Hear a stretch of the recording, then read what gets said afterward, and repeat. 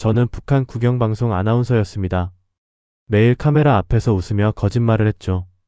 그런데 어느 날 저는 생방송 중에 도망쳤습니다. 이것은 제가 살아남은 이야기입니다. 저는 김미영입니다. 북한 조선중앙방송의 아나운서였죠. 매일 새벽 5시 붉은 조명 아래서 웃으며 말했습니다. 친애하는 인민 여러분, 오늘도 위대한 장군님의 은덕으로. 하지만 제 눈은 웃지 않았습니다. 제가 읽는 모든 문장이 거짓이라는 걸 알고 있었거든요. 스튜디오 밖에서는 사람들이 굶어 죽어가고 있었습니다. 제가 화려한 옷을 입고 방송할 때 평양거리에서는 쓰러지는 사람들이 있었어요. 하지만 저는 그 누구에게도 말할 수 없었습니다. 말하는 순간 저와 제 가족이 사라질 테니까요. 그렇게 20년을 살았습니다. 거짓을 읽고 거짓으로 웃고 거짓으로 박수치면서요. 하지만 그날 아침은 달랐습니다. 생방송 카운트다운이 시작되자 제 심장이 미친 듯이 뛰기 시작했어요. 왜냐고요? 오늘 저는 도망칠 계획이 없으니까요. 대본 속에 가짜 속보원고를 숨겨뒀습니다. 주머니 안에서 종이가 제 뜨거운 체온과 함께 떨렸어요. 3, 1. 붉은 불이 켜졌습니다. 친애하는 인민 여러분, 오늘은 위대한 태양절을 맞이하여.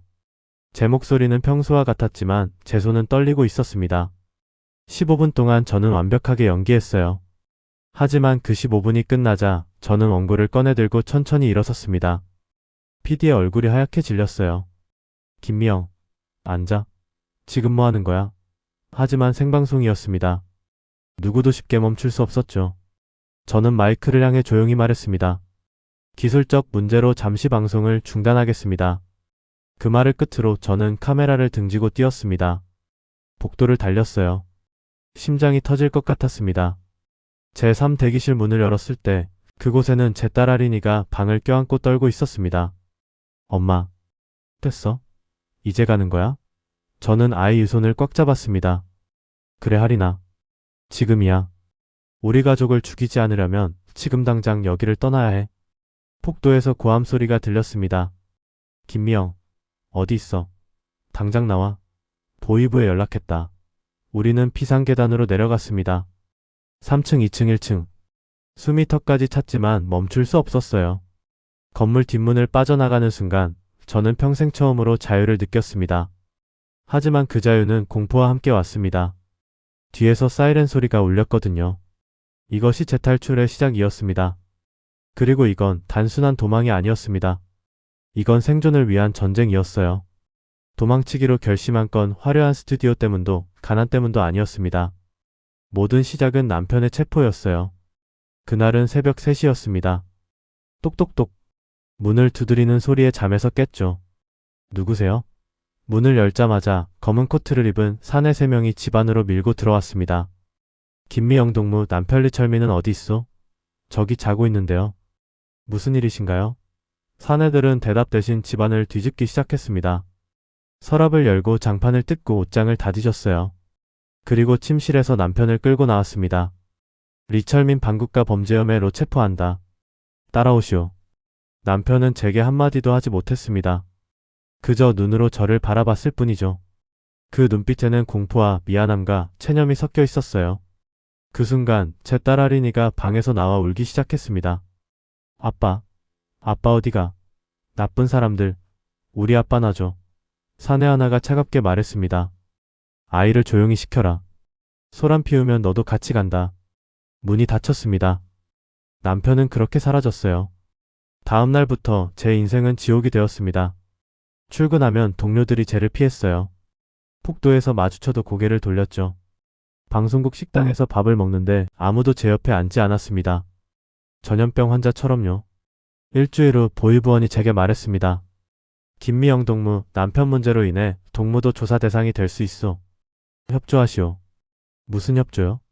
남편이 무슨 짓을 했는지 말해달라는 겁니까? 저도 모릅니다. 보이부원은 비웃었어요. 모른다. 남편이 매일 밤 라디오로 남조선 방송을 들었다는 걸? 그리고 그 내용을 직장 동료들에게 퍼뜨렸다는 걸? 나는 정말 몰랐어요. 남편이 그런 위험한 짓을 하고 있었는지. 하지만 북한에서는 몰랐다는 변명은 통하지 않습니다. 가족이라면 함께 책임을 져야 하니까요. 재판이 열렸습니다. 저는 방청석에 앉아 남편을 봤어요. 남편은 살이 빠지고 눈은 퀭하니 꺼져 있었습니다. 판사가 판결문을 읽었습니다. 피고인 리철민은 반국가 선전선 동재로 징역 15년을 선고한다. 그리고 방청석을 향해 이렇게 덧붙였죠. 가족들도 사상검열 대상으로 분류하며 필요시 추가 조치를 취한다. 그날 밤 저는 결심했습니다. 내 딸만큼은 이 나라에서 죽게 두지 않겠다고. 탈출 계획을 세우는 동안 저는 완벽한 연기자가 되어야 했습니다. 아침에 일어나면 거울을 보며 웃는 연습을 했어요. 자연스럽게 아무렇지 않게. 출근하면 동료들에게 먼저 인사했습니다. 안녕하세요. 오늘도 좋은 하루 되세요. 그들은 어색하게 고개만 끄덕였지만 저는 신경 쓰지 않는 척했죠. 방송 중에도 완벽했습니다. 친애하는 수령님의 교시를 받들어 우리는 더욱 힘차게 전진합니다. 하지만 카메라가 꺼지면 저는 다른 사람이 되었어요. 화장실에 숨어서 쪽지에 메모를 했습니다. 국경까지의 거리, 브로커 연락 방법, 필요한 돈, 탈출 루트. 모든 정보를 머릿속에 새겼어요. 문제는 감시였습니다. 집 앞에는 24시간 감시자가 있었어요. 회색 점퍼를 입은 남자가 담배를 피우며 서성거렸죠. 출근길에는 검은색 용차가 따라왔습니다. 사이드 미러로 보이는 남자의 얼굴을 저는 외웠어요. 방송국에도 보이부 책임자가 상주했습니다. 제가 어디 가든 누구를 만나든 모두 보고되었죠. 휴대폰은 당연히 토청되었고요. 문자 하나 통화 하나 모두 감청당했습니다. 편지도 마찬가지였어요. 보내는 편지 받는 편지 모두 검열을 거쳤죠. 저를 도울 수 있는 사람은 단 한 명 저뿐 없습니다. 그런데 어느 날이었어요. 방송국 화장실에서 선배은 정언니를 만났습니다. 언니는 제 손을 슬쩍 잡고 작은 쪽지를 쥐어줬어요. 절대 펴보지 말고 집에 가서 혼자 있을 때 봐. 그리고 빨리 태워버려. 쪽지에는 이렇게 적혀 있었습니다. 태양절 생방송 때 정전사고를 가장해라. 3층 비상구는 오전 5시 10분에 10분간 무인이다. 할인이를 미리 제3 대기실에 숨겨라. 나는 이미 다 떠났다. 살아라 미영아. 그 다음날 은정 언니는 출근하지 않았습니다. 소식도 없었어요. 일주일 후 누군가가 조용히 말했습니다. 은정 동무 어젯 밤 압록강에서 시신으로 발견됐대. 저는 화장실에 숨어서 울었습니다. 언니 고마워요. 언니가 준 기회 절대 헛되이 하지 않을게. 그날부터 저는 더욱 치밀하게 준비했습니다. 딸아린에게도 조금씩 암시했어요. 하린아, 엄마가 만약에 어느 날 갑자기 여행 가자고 하면 아무 말 없이 따라와 줄 수 있지? 응 엄마. 근데 어디 가는데? 비밀이야. 엄마랑 하린이만의 비밀. 태양절 특별생 방송날 이왔습니다. 새벽 4시 저는 하린이를 깨웠어요. 하린아 일어나. 조용히. 왜 이렇게 일찍 깨워? 오늘 엄마 회사 구경시켜줄게. 신나지? 하린이는 졸린 눈을 비비며 고개를 끄덕였습니다. 우리는 평소보다 1시간 일찍 집을 나섰어요. 감시자는 아직 자리에 없었습니다. 방송국에 도착했을 때 건물은 고요했어요. 경비원에게 웃으며 말했습니다. 오늘 중요한 방송이라 일찍 나왔어요. 저를 이상하게 보더니 그냥 보내주더군요. 3층 제3대기실에 하린이를 숨겼습니다. 여기서 기다려.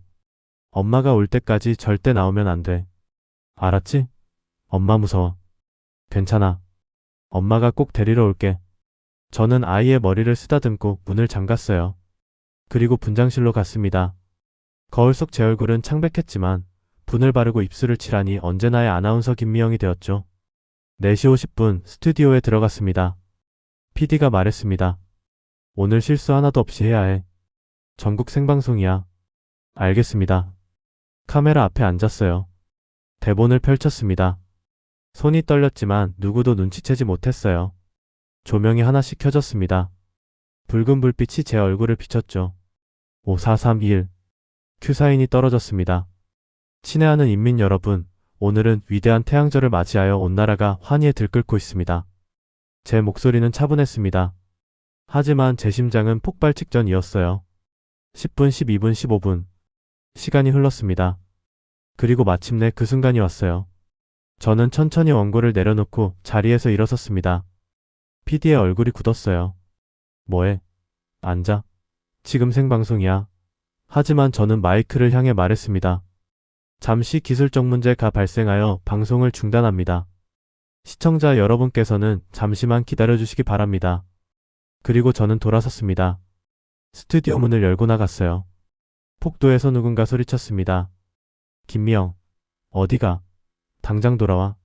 저는 뛰었습니다. 계단을 올라 3층으로 갔어요. 제3대기실 문을 열었습니다. 하리나, 가자. 딸아이 가제품에 안겼습니다. 피상구로 향했어요. 문을 열자 차가운 새벽 공기가 얼굴을 때렸습니다. 계단을 내려가는데 뒤에서 사이렌 소리가 울렸어요. 하지만 우리는 멈추지 않았습니다. 건물을 빠져나가 골목으로, 골목에서 또 다른 골목으로. 그렇게 우리는 평양 방송국을 탈출했습니다. 브로커를 만난 건탈출 3일째였습니다. 평양에서 함 경북도까지 화물차 징칸에 숨어갔어요. 숨도 제대로 쉴 수 없었지만 할인이는 한마디 불평도 하지 않았습니다. 브로커는 40대 남자였어요. 표정 없는 얼굴로 말했습니다. 오늘 아니면 기회 없어. 오늘 밤 두만강얼음 상태가 딱 좋아. 내일부터 녹기 시작하면 못 건너. 3분 안에 출발한다. 준비해. 돈은 다 가져왔습니까? 저는 떨리는 손으로 봉투를 건넸습니다. 20년 동안 모은 돈 전부였어요. 브로커는 돈을 세어보더니 고개를 끄덕였습니다. 따라와. 산길을 1시간 넘게 걸었습니다. 발이 아팠지만 멈출 수 없었어요. 그리고 드디어 두만강이 보였습니다. 달빛 아래 강은 검은 유리처럼 빛나고 있었어요. 너무 아름다웠지만 동시에 너무 무서웠습니다. 브로커가 말했습니다. 걷지 말고 기어. 배를 바닥에 대고 천천히 밀고 가. 소리 나면 순찰대가 와. 총 맞고 싶지 않으면 조용히 해. 이해했어? 할인이가 제 손을 꽉 잡았습니다. 엄마 무서워. 떨어지면 죽어? 아니야. 절대 안 떨어져. 엄마가 잡고 있잖아. 하지만 그건 거짓말이었어요. 사실 저도 죽을 각오를 하고 있었거든요. 얼음이 에올라섰습니다. 차가운 깜촉이 온 몸으로 전해졌어요. 배를 대고 기기 시작했습니다. 얼음이 울었습니다. 심장이 멈추는 것 같았어요. 할인아 절대 소리 내지 마. 알았지? 응 엄마. 10m, 20m, 30m. 천천히 아주 천천히 앞으로 나아갔습니다. 그때였어요. 강둑에서 손전등 불빛이 보였습니다. 순찰대였어요. 불빛이 강의를 천천히 후었습니다. 우리는 숨을 멈췄어요. 움직이지도 않았습니다. 그냥 얼음처럼 죽은 사람처럼 가만히 있었죠. 불빛이 우리 바로 옆을 지나갔습니다. 1cm만 더 가까웠어도 들켰을 거예요. 불빛이 사라졌습니다. 다시 움직이기 시작했어요. 50m, 60m. 거의 다 왔습니다. 그런데 바로 그 순간이었어요.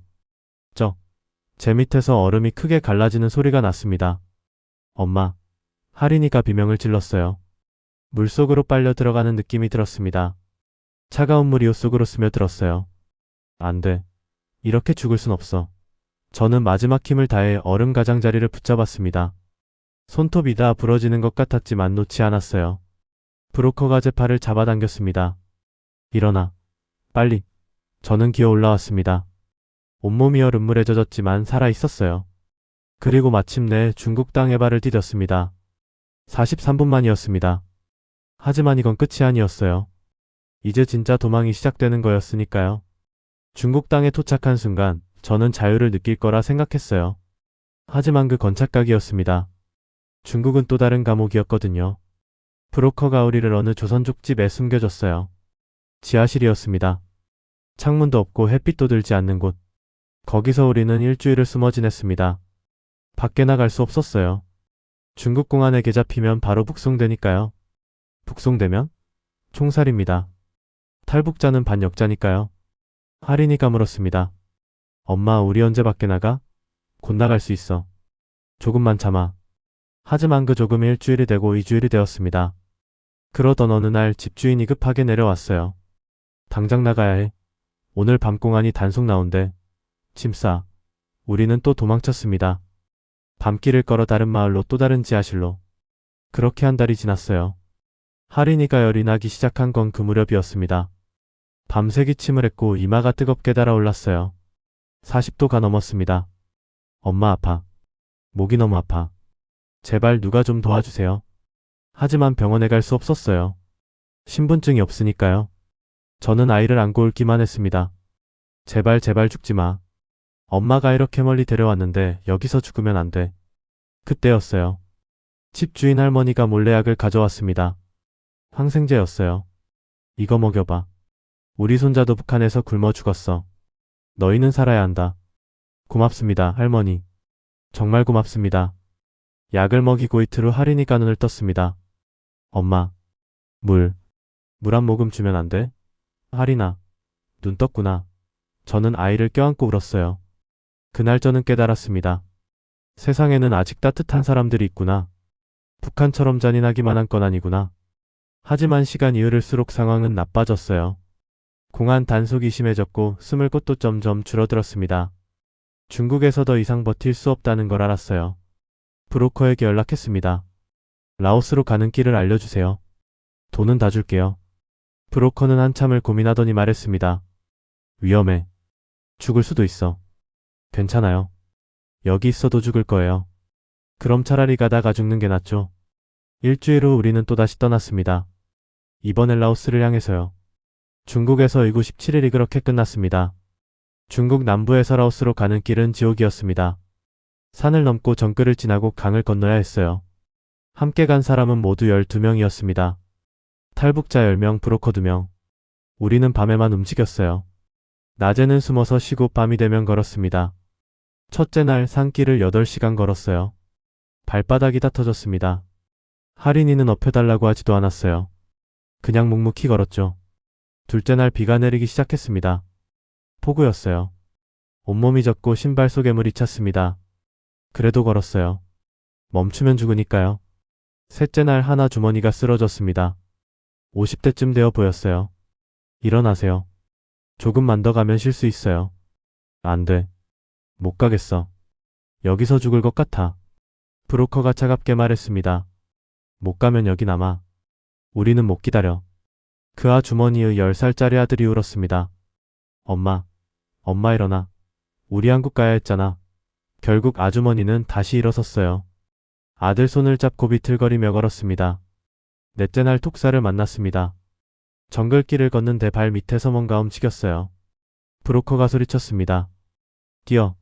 모두 뛰어. 우리는 미친 듯이 뛰었습니다. 뒤에서 비명소리가 들렸어요. 한 남자가 물렸던 거예요. 그는 그날 밤 죽었습니다. 다섯째 날 물이 떨어졌습니다. 목이 타 들어갔지만 마실 물이 없었어요. 할인이가 말했습니다. 엄마 나는 괜찮아. 엄마가 먼저 마셔. 아니야. 내가 먼저 마셔. 엄마는 안 목말라. 여섯째 날 그 아주머니가 다시 쓰러졌습니다. 이번엔 일어나지 못했어요. 아들을 보며 마지막 말을 남겼습니다. 한국 가거라. 부탁한다. 꼭 살아서 한국 가. 엄마, 엄마. 아이의 울음소리 가정글에 울려 퍼졌습니다. 우리는 그 아주머니를 그곳에 두고 떠나야 했어요. 묻어줄 시간도 기도할 시간도 없었습니다. 일곱째 날 드디어 메콩강이 보였습니다. 브로커가 말했습니다. 저 강만 건너면 태국이야. 거의 다 왔어. 보트가 준비되어 있었어요. 낡고 작은 나무배였습니다. 우리는 하나씩 배에 올랐어요. 강은 생각보다 깊고 빨랐습니다. 배가 심하게 흔들렸어요. 엄마 무서워. 괜찮아. 거의 다 왔어. 조금만 참아. 배가 천천히 강을 건넜습니다. 그리고 마침내 태국 땅에 닿았습니다. 우리는 살아남았어요. 12명 중 7명만이 살아남았지만 우리는 해냈습니다. 태국 이민국에 도착했을 때 저는 무너졌습니다. 온몸의 긴장이 풀리면서 그대로 쓰러진 거예요. 정신을 차렸을 땐 작은 방 안이었습니다.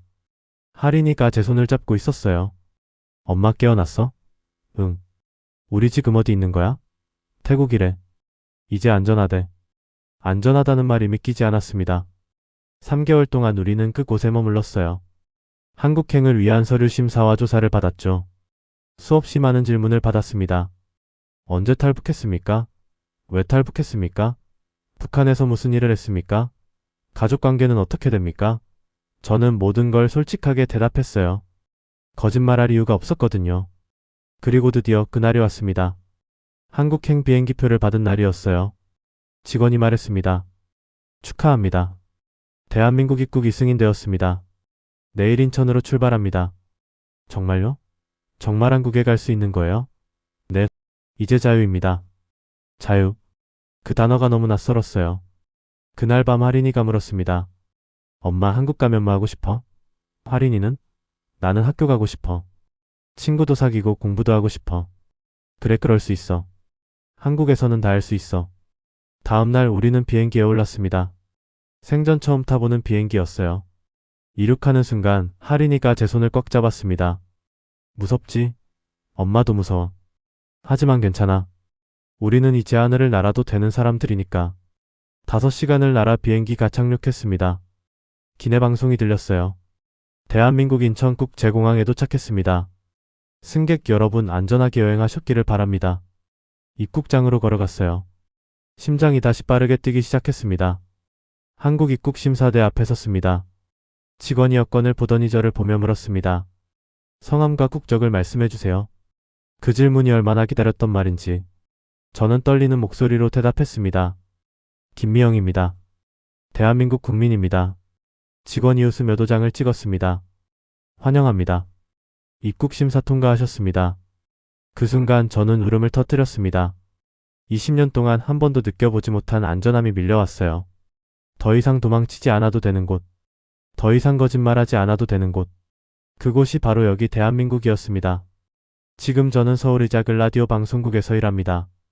탈북민들의 이야기를 전하는 진짜 아나운서가 되었어요. 하린이는 중학생이 되었습니다.